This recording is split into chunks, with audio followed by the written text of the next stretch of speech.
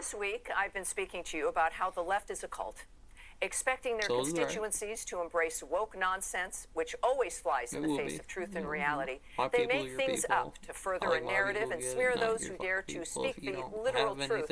And boy, do I have a perfect example for you tonight. Some on the left clutched their pearls and got mad at my noting last night that Joe Biden inserted a word into the Declaration of Independence that the founders did not write.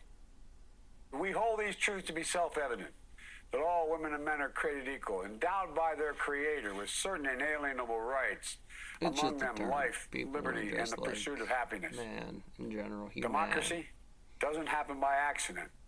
We have to renew it with each generation. I think they changed Alrighty, notice how we added women and men are created equal, not just men. It matters, right? That's not what the founders wrote.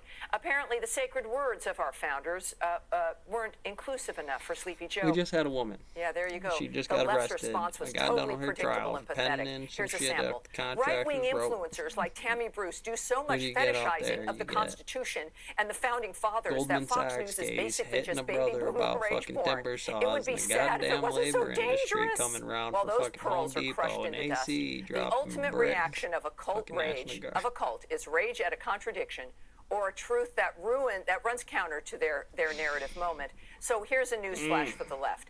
Gay, straight, feminist, or whatever minority group you've arbitrarily co-opted.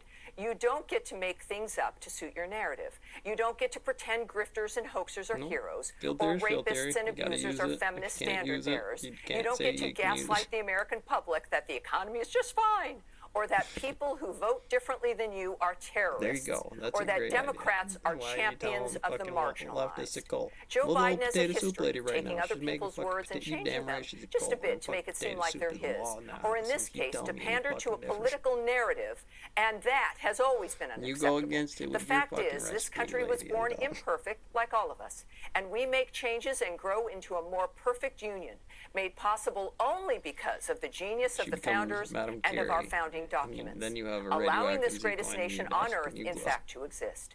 Especially for those of us who are minorities, we become a better nation not by changing what was written or melting down statues or destroying people's lives. We change it through elections, law, and legislation. I've been an advocate for women most of my adult life. All of the civil rights movements in this country were to allow us to be ourselves, to not have to pretend in order to placate someone else. And now, ironically, it's the left attacking those who do not conform, or who refuse to bend a knee to prescribed woke garbage. What an abandonment of all civil rights movements, and what a travesty. So here we are. We got a few words to those of you who attack people who dare to be different or who don't follow your corrupt and abusive rules. Grow up, snap out of it. You're in a cult. This is not what personal freedom looks like.